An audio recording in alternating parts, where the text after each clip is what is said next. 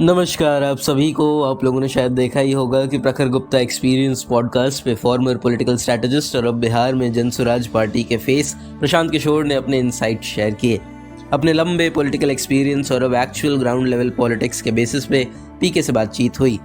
एक casual but deep episode जो रफली 1 आवर के अराउंड एक्सटेंड करता है, लेकिन आपका काम आसान करने के लिए उसकी हर एक डिटेल हम कवर करेंगे सिर्फ 5 मिनट में।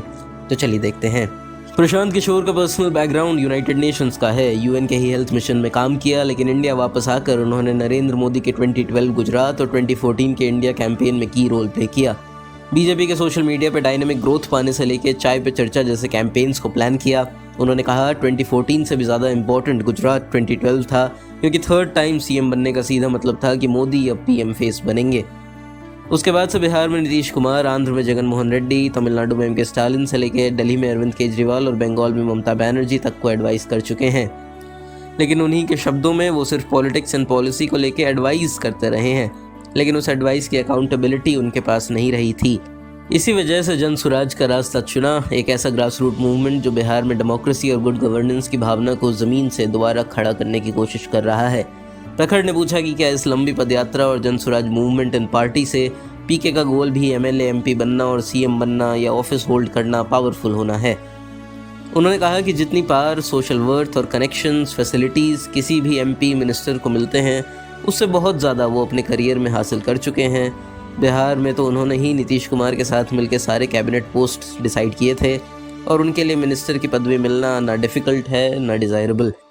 उनका मोटिव इससे बड़ा है। बिहार को इंडिया के टॉप 10 प्रोग्रेसिव स्टेट्स में देखना चाहते हैं, और चाहे इसमें कितना भी टाइम, एफर्ट, रिसोर्सेज जाए, वो पीछे हटने वाले नहीं हैं। ही रियलाइजेस कि बिहार की रियलिटीज़ को देखते हुए ये बहुत ही ज़्यादा टफ काम है, पर इसलिए कुछ एबल लोग का ये काम करना ज़रूरी है। वहीं प्रखर जब उनसे ऑपोजिशन के बारे में पूछते हैं कि क्या इंडिया में बीजेपी और कांग्रेस की नेशनल बाइनरीज के अलावा कोई थर्ड ऑप्शन की पॉसिबिलिटी है, पीके कहते हैं कि पॉसिबिलिटी भी है और इनफ स्पेस भी है, लेकिन आप टाइम को डिस्काउंट नहीं कर सकते। कांग्रेस 150 ईयर्स की एक एक्टिव पार्टी है, बीजेपी से भी संघ के रूट्स हैं 100 साल पुराने। आज सोशल मीडिया है तो पहुंच तेज़ हो सकती है, but still number of decades तक लगे रहने वाला अटेम्प्ट चाहिए होगा। बिहार और जनसुराज की बात पर किशोर बताते हैं कि ये ज़मीन से उठा प्रयास है जो सोशल लेवल पर लोगों को ये बताता है कि जिन मुद्दों पर वो वोट कर रहे हैं वो गलत हैं। मुद्दे तो दूर की बात, लोग तो सिर्फ नेताओं के फेस पर भी वोट दे रहे हैं। वो एक एनेक्डोट शेयर करते हैं कि उनके कैंप में एक गरीब बच्चा खाना खा रहा था, नॉर्मल से ज़्यादा एक्सेस क्वांटिटी में कंज्यूम कर रहा था। तो उन्होंने पूछा, बेटा कितना खाते हो, घर में डेली इतना ही खाते हो क्या? तो उसके रिप्लाई ने उन्हें शॉक कर दिया, और उस बच्चे ने कहा कि आज तक घर में ऐसा दिन कभी नहीं देखा कि पेट भर गया हो और उसके बाद भी तसले में यानी बर्तन में खाना बचा हो। What it means is that उसने कभी घर में अपने रिक्वायरमेंट मुताबिक खाया ही नहीं है, क्योंकि फैमिली इतना अफोर्ड नहीं कर सकती। इसलिए the issues on which we vote must change. इसलिए पीके कहते हैं कि बिहार आंकड़ों में जितना गरीब दिखता है, सिचुएशन उससे कहीं ज़्यादा भयानक है, डरावनी है, और लगता है कि ऑलमोस्ट इम्पॉसिबल टू रिफॉर्म है।